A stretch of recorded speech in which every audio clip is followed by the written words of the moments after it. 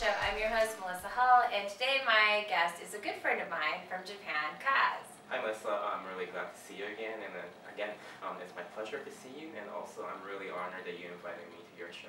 Oh my gosh, it's, the pleasure's all mine. Are you kidding me? This is like fun for me. I love interviewing people, and especially when I know a person a little bit, it makes the interview really easy. Right. We definitely have got to spend some time together. We met when I was in Japan just last year. I guess it was like 6 months ago. 6 months ago. I think it was last summer or something. I think it was last summer. And my first time to Japan, and there were certain things that I noticed. First of all, I went there with more like this assumption that more people would speak English. True. And it was really interesting. Not as many people in Japan they might understand English, but they're not very willing to speak in English, or they just don't speak English. And which is really, it was enlightening to me because first of all, why would they? And second of all, why should I go there assuming that they're speaking my language? Really, honestly, it was one of those moments where I'm like, I need to think about that a little bit. But beyond that, there were some differences just within the symbols, and then the cultural differences, like just with handshakes or hugging, because coming from America, we hug.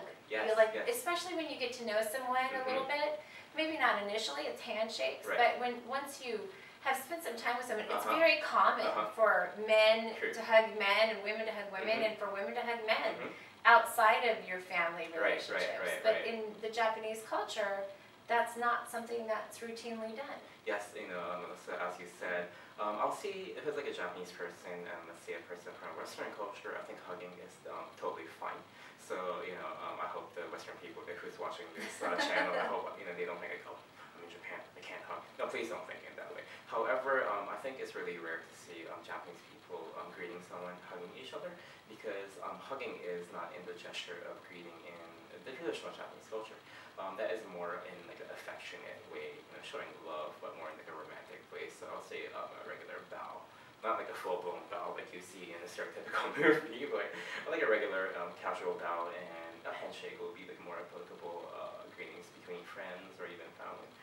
And Melissa, you said about the culture, right? So I'm actually a translator from Japanese to English and English to Japanese, and I not only provide filling the gaps language-wise, but I really love, not because it's my business, but I really love to see the wows and the surprises, seeing the learning about the new culture.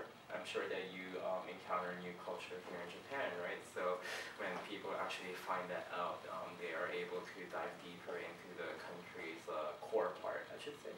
So I think that is the beauty of being bilingual, or rather multicultural.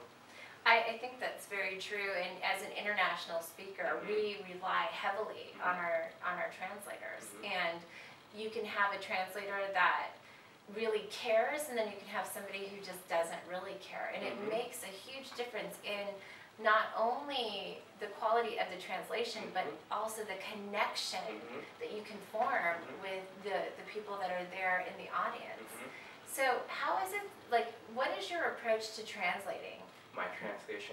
So I think people, when they think about translation, they rather concentrate on the accuracy.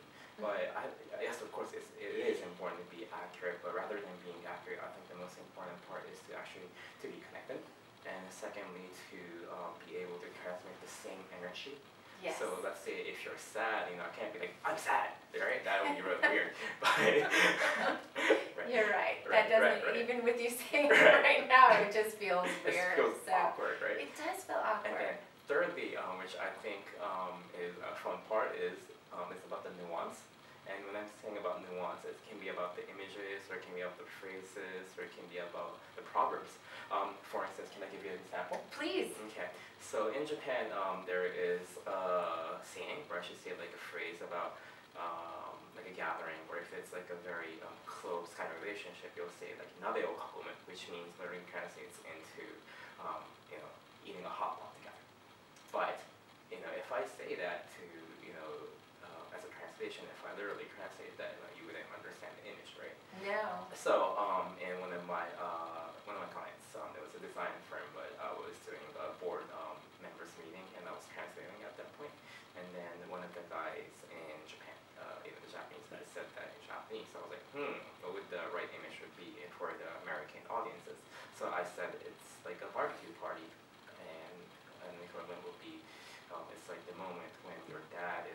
carve in the turkey at Thanksgiving because that is like the family gathering event in the States, right? Right. So I would rephrase it that way. So that I think that is the fun part and beauty and also the challenge of translation.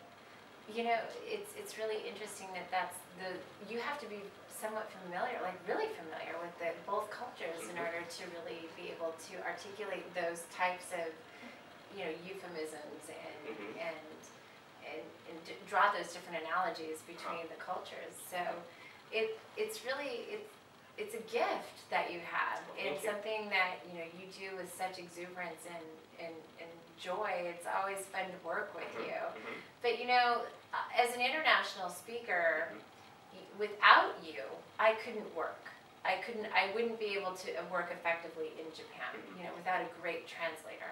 So, I know that the need is great for American speakers to find great translators so that they can broaden their reach and go into countries that they know that their product or their services or their message would really connect with, but it takes that right person to help them deliver that message. So how do people get in touch with you, and how can they work with you? Beyond just translation, are you doing transcription? Are you helping with subtitling? Tell me a little bit more about all of the different aspects of your business. Sure. I don't only do translation, but I am also a graphic designer. So I actually supply like visual images. Also create like kits, like let's say like business cards, or maybe like brochures, posters, web banners. So I can actually localize it to the Japanese industry. If the person wants to extend their reach to the Japanese market, I can help in that kind of aspect too. So yeah, I can translate messages into and for the Japanese market, from the English speaking world to the Japanese world, which I think is a wonder for a lot of people because there's a lot of actually the barrier. So I think I am the one that who can help to penetrate to the right. You're the bridge. Yes, I will be the bridge. You're the bridge. And so yeah, I said that how to contact me, right? So I have both Facebook account and LinkedIn account. So if you can just type in Kaz, K-A-Z space S-E-N, Kaz-sen, you'll find me. And just one other thing that I want to add. Did you know that LinkedIn was unsuccessful in Japan? I did not know that. Yeah, because having an online CV and resume and LinkedIn, they weren't able to make their concept resonate to the Japanese people. So things like that are different. Wow, that's I didn't realize that. That's so interesting. So, wow.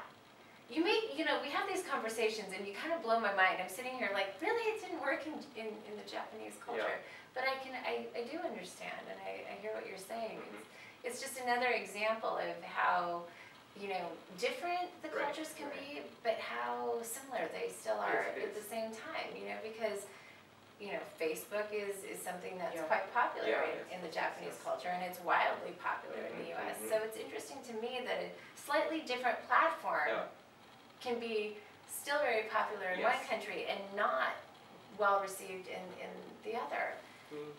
People can have different perspective, but after all, we're all humans, so if you're emotionally connected, I believe that everyone can actually cross the border and then, connect. I agree, and I think one of the most powerful ways to do that is to be, to share your story and to share your journey and really let people, feel that. Because the one thing that I know for sure is that wherever I go in the world, and I know you'll agree, is that people really do want to connect with other people. They want to be understood, they want to be able to express themselves, and they want to be free and they want to be loved. It's really pretty basic when as you travel the world and you see all those differences, what really is the great unifier is that everybody wants to be loved. Yes, I think that's the fundamental part about human. Love is the right thing. Yeah, love is the reason and the way, as they say. Definitely. So just looking into my immediate future, I'm going to be back in Japan at the end of June, first part of July. So for another speaker that may want to be traveling to Japan, what are some of the tips that you would give them? And what would you give? What are the tips you'd share with me, and how I can really immerse myself in the culture and learn and walk away from the experience feeling a bit more educated and yeah. First of all, in the beginning you said there's not much English speakers in Japan. So people might think that, oh wow, how am I going to start a life? However, don't worry about it. There are a lot of introverts, but if you are very, humble and if you have the right manner, people are willing to help even though they can't communicate or they're shy. Just be yourself and enjoy the country. And also at the same time, people in Japan, they love guests, right? Yes. So true. I'm sure that you So experienced it true. firsthand, so you know it. So I do. if you follow the way the Japanese are doing, I mean, there's a lot of force, but per se, like if you are in a shrine, yeah, it's like a sanctuary. So if you respect it, right, people will respect you. So just don't be rowdy. Be like a righteous, gorgeous person. That's the second tip. And third tip is please enjoy the country. Just give it a shot. Please don't knock it until you try, because some things might be weird. I'm sure some of the foods are shown in like the Fear Factor or something like that. But yeah, so if you try it, maybe you might like it, and you might not. Do you know Vegemite? I do know Vegemite. I actually love it. You do? Everyone surprises when I say it, but I loved it when I tried it. So I thought I wouldn't, but it was really salty for me. Okay. But not horrible. Just it wasn't. It was a different taste. It's a new taste. But as I've traveled the world, my palate has changed too. True, I fell in love with the food that I had in Japan. The Kobe beef. Right. Oh yeah. Oh my Kobe goodness. Beef. Please, if you have a chance, you have to try it. And I'm not a big meat eater, I have to say, but that was some of the most delicious. Do you love eating seafood? I do like eating seafood. Okay, go to Tsukiji Market. That's the that's one of the most renowned fish market in the Tokyo area. Well, how about you and I will visit? Definitely, the next time I'm there. Maybe we'll even get a film crew to really. I think it'd be really fun to show people. So I'm all about giving my viewers the cultural experience of the travel that I do. It's important. Because I think that as we travel, we cure things like racism and prejudice and fear. I really think that travel brings us closer. Yes. And as I travel, if they can't travel with me, I at least want to bring them on my journey. So. Okay, so it's a date then, right? We're going to go to the fish market. Sure, let's do it. Okay, awesome. Okay. All right, you're always just the most fun to hang out with. Thank you. I really appreciate all that you do to help me and all the other speakers, so thank you. Thank you. All right. And thank you for watching. This has been another episode of the Melissa Hull Show. Thank you. Cut.